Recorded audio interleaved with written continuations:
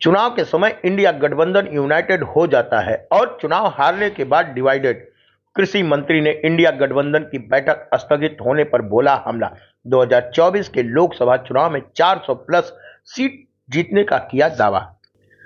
प्रदेश के कृषि मंत्री एवं जिले के प्रभारी मंत्री सूर्य प्रताप शाही ने हाल ही में संपन्न हुए 5 राज्यों के चुनाव में 3 राज्यों में से बीजेपी की प्रचंड जीत पर इंडिया गठबंधन पर हमला बोला और उन्होंने कहा कि इंडिया गठबंधन जब चुनाव आता है तो यूनाइटेड गठबंधन होता है और चुनाव के बाद डिवाइडेड गठबंधन में बदल जाता है। हाल ही में 3 राज्यों में भाजपा की सरकार बनने पर इंडिया गठबंधन के नेता हताश और निराश हो चुके हैं।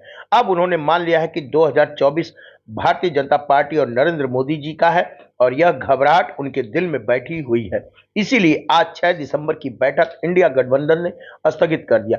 उन्होंने कहा कि जिस हिसाब से विधानसभा चुनाव में भाजपा को समर्थन मिला, 2024 में एनडीए की कोशिश 400 प्लस सीटें जीतने की होंगी।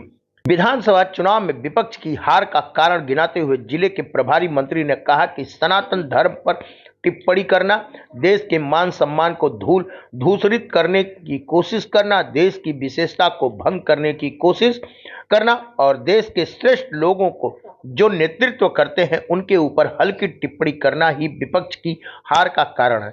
उन्होंने कहा कि 6 दिसंबर के दिन शौर्य दिवस है। आज के दिन ही अयोध्या में जिन वीरों ने अपनी शहादत दी उनको मैं नमन करता हूं। शहीदों का सपना पूरा होने वाला है और 22 जनवरी 2024 को अयोध्या में भव्य राम मंदिर का लोकार्पण होगा। जिले के प्रभारी मंत्री जिला मुख्यालय स्थित डीएवी पीजी कॉलेज में मंडलीय स्तरीय खादी प्रदर्शनी का उद्घाटन करने के दौरान मीडिया से बातचीत कर रहे थे।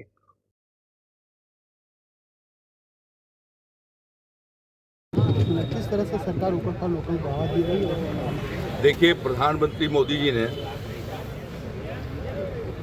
बार बार इस बात को बल दिया है कि हमको स्वदेशी और अपने घरेलू उद्योगों को बढ़ावा दिए जाने के लिए हमको प्रयास करना चाहिए।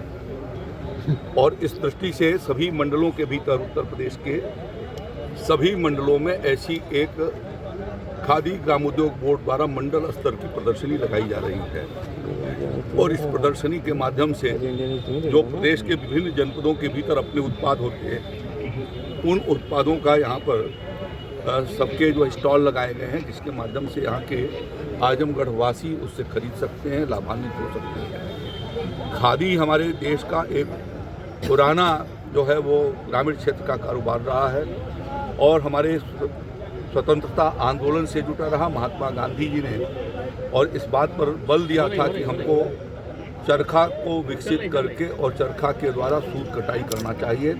भारत का वस्त्र उद्योग पूरे दुनिया के भीतर वो प्रसिद्ध था, जो हाथों के माध्यम से होता था।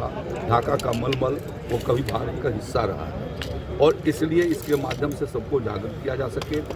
साथ साथ में माटी कला बोर्ड के द्वारा हमारे लोगों को प्रशिक्षित करके और उनको भी विभिन्न प्रकार के टूल्स उनको दिए जाते हैं और 3 लाख रुपए तक का ब्याज मुक्त जो है उनको धनराशि दी जाती है, जिससे वो अपने कारोबार को आगे की ओर बढ़ा सकें। प्रधानमंत्री जी ने अभी विश्वकर्मा श्रम सम्मान योजना घोषित की और विश्वकर्मा जयंती के ऊपर उसके माध्यम से देश भर में 1 करोड़ 60 लाख से ज़्यादा लोगों को इस प्रकार से उस योजना का लाभ दिया जाना है, जिसके भीतर 10 दिन उनका प्रशिक्षण होगा और प्रशिक्षण होने के बाद उनको 20,000 रुपये के टूल्स दिए जाएंगे और उसके बाद उन्हें जो है वो 3 लाख रुपए तक का उन्हें बैंकों से उनको मदद कराई जाएगी और उसको इंटरेस्ट सब्सिडी में 5% की इंटरेस्ट सब्सिडी उसके भीतर दी गई है।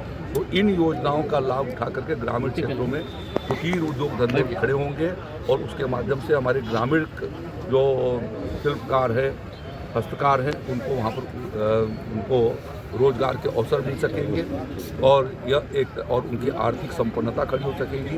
यह एक बहुत सूक्ष्म रूप से यह जो प्रयास किया गया है वह प्रयास ग्रामीण क्षेत्र की अर्थव्यवस्था को बहुत बड़ी ताकत देगा। सर, आज इंडिया गठबंधन भारी बहुमत से सरकार बनने पर कैंसिल कर दी गई और बड़ा आपस में असमंजस की स्थिति बनी हुई है कि गठबंधन रहेगा नहीं रहेगा।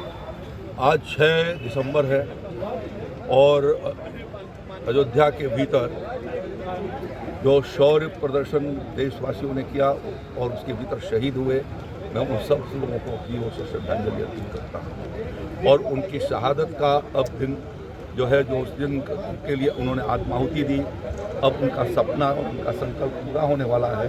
और अभी 22 जनवरी 2024 को अयोध्या के भीतर भव्य और नव्य श्री राम जन्मभूमि मंदिर के भीतर भगवान श्री राम लला का प्राण प्रतिष्ठा होने वाली है। तो ये हमारे लिए आज का 6 दिसंबर उन वीर पुरुषों को अपनी ओर से श्रद्धांजलि देने का अवसर है। मैं उनको श्रद्धांजलि देता हूँ।